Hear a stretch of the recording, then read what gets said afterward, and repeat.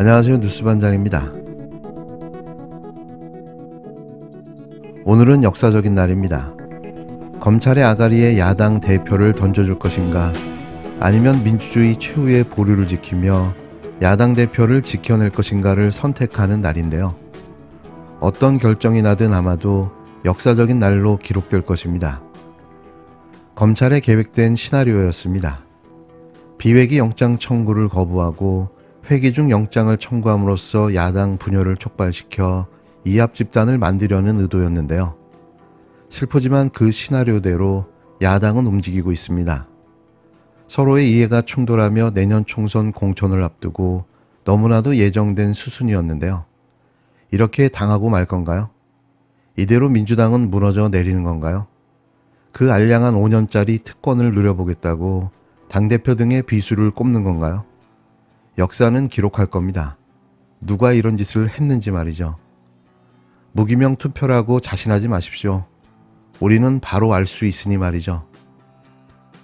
헌법상 국회의원의 불체포 특권은 수사를 수단으로 한 권력의 부당한 인신구속적 탄압을 막기 위함입니다. 이재명 대표 개인에 대한 376회에 이르는 압수수색, 1년 6개월 윤석열 정권 내내 간단없는 수사의 연속, 6차례의 공개 소환과 피의사실 공표와 공무상 비밀 누설이 다반사로 자행된 소위 여론몰이 수사, 망신주기 수사는 피의자 이재명의 방어권을 사실상 완전히 무력화시켰습니다. 검찰의 두 번째 구속영장 청구와 빛의 속도로 해외에서 결재한 윤석열 대통령의 체포 동의안이 오늘 오전 국회에 보고되었습니다. 검찰의 이번 구속영장 청구는 한 사람의 인권과 방어권이 철저하게 짓밟힌 부당한 청구이자 헌법상의 제1원칙을 위배한 무효인 검사의 처분에 입각한 기본권 침해적 청구라고 단정합니다. 여러분, 불구속 수사와 기소도 엄연한 사법 절차의 일환임에도 사법 절차의 중단이라는 잡스러운 규정을 입에 담은 한동훈 장관의 말이 곧 부당한 영장 청구이고 정치 수사임을 그대로 상징합니다. 더불어민주당은 20일 이재명 당대표의 국회 체포 동의안 표결과 관련해 소속 의원들에게 부결에 투표하는 게 적절하다는 의견을 전달하고 판단은 각자에게 맡기기로 했습니다. 당론으로 결정해도 이탈표가 나오는 판국에 각자에게 판단을 맡기겠다고요.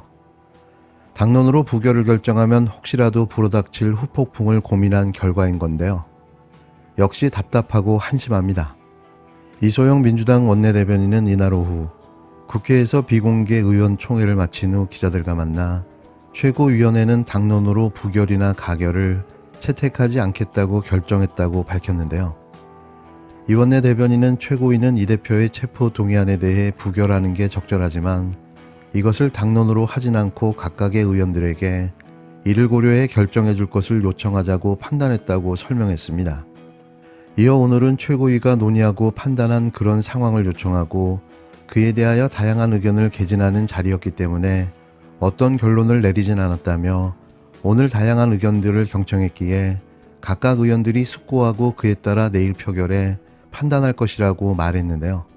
이날 의총에선 체포동의안 표결 방향에 대해 약 30명의 의원들이 발언하며 3시간 가까이 진행됐습니다.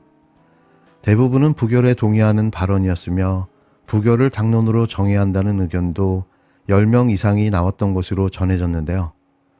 역시 예측했던 대로 가결의 필요성을 주장한 발언은 서른, 김종민 의원 등 일부였던 걸로 확인됐습니다. 민주당 지도부 관계자는 당초 지도부는 부결을 당론으로 정하는 건 부작용이 있을 것 같아 각 의원에게 맡기기로 했다는데요. 의총에선 부결을 당론으로 하자는 의견이 다수였다며 부결을 당론으로 정하자고 하진 않았지만 가결을 주장하는 의원들을 겨냥해 꼭 부결로 가야 한다는 의견도 있었다고 전했습니다. 한 비명계 재선 의원은 우리가 무슨 근거로 약속을 뒤집느냐는 발언이 있었다면서도 이 대표가 단식하고 있는데 거기에다가 이야기를 하긴 어려웠다고 말했는데요. 한편 이소영 원내대변인은 부결이 적절하다고 본 최고위의 결정에 대해 불체포 특권을 행사할 수 있는 비회기의 영장 청구를 하라는 이 대표의 요청에도 검찰은 불체포 특권에 기반한 표결을 할 수밖에 없는 딜레마 상황을 만들었다고 꼬집었습니다. 이어 검찰이 나쁜 의도를 갖고 정기국회 기간에 구속영장을 청구하는 건 매우 부당한 수사행위고 그것이 잘못된 것임을 명확하게 할 필요가 있다며 정기국회가 끝난 후 비회기 기간의 영장 심사에 응하는 게 지금의 부당한 영장 청구를 지적하고 필요한 수사에도 응할 수 있는 방안이라는 논의가 있었다고 밝혔는데요. 민주당은 오늘 투표가 얼마나 중요한지는 알기는 하는 걸까요? 뭉치면 살고 흩어지면 죽는다는 그 평범한 진리를 잘 새겨들었으면 합니다. 이번 이재명 대표의 체포 동의안은 반드시 부결시켜야 합니다. 이번 영장 내용을 보면 백현동 건에 대하여 1,300여 원의 이익을 준 사건이라 하면서도 성남시청 공무원 정진상 실장 누구도 뇌물 요구 약속조차도 법률로 의율하지 못했습니다. 즉 맨입으로 그 특혜를 주었다는 허무맹랑한 주장입니다. 2014년 초반 정진상과 김인섭이 수도 없이 통신하고 교신했다던 그렇게 가까운 사이라고 영장은 기재되어 있으나 2014년 12월에 성남시가 용도 변경을 불허한 처분에 대해서는 합리적으로 아무런 설명조차도 하지 못하고 있습니다. 사실은 박근혜 대통령이 두 차례 지시하고 2014년 국토부가 용도 변경을 지속적으로 요구했기 때문에 그 누적된 결과가 최종 용도 변경이 이루어진 것입니다. 대북 송금건을 보겠습니다.